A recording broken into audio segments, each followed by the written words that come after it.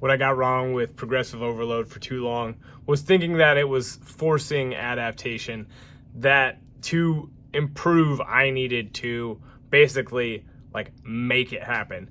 And to some extent, I think that is true. You're not going to improve your lifting or your running or anything like that if you don't challenge your system. But the thing we want to think about is appropriate stress over time is what leads to adaptations, right? Your nervous system, your neurologic system adapts pretty quickly.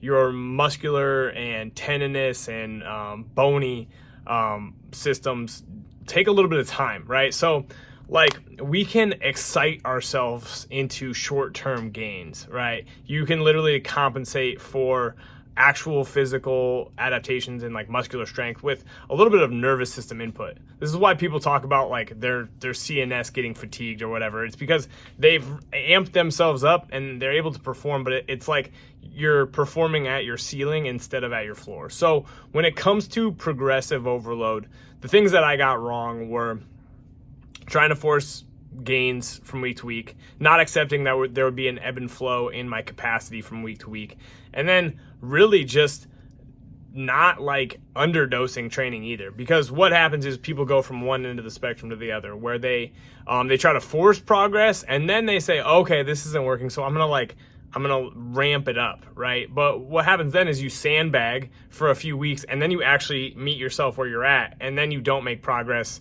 again because you get frustrated because the waves that you're trying to like load yourself aren't actually producing gains. So the thing to remember is that appropriately applied stress over time will build capacity.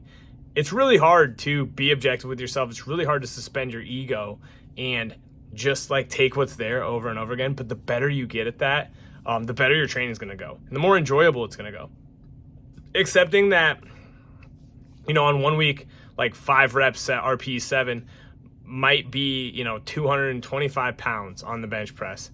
And you might kind of be stuck at that weight for a little while. It doesn't mean you're being detrained if you were appropriately applying the stress like on that exercise.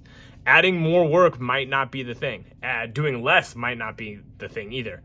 So it really comes down to like matching the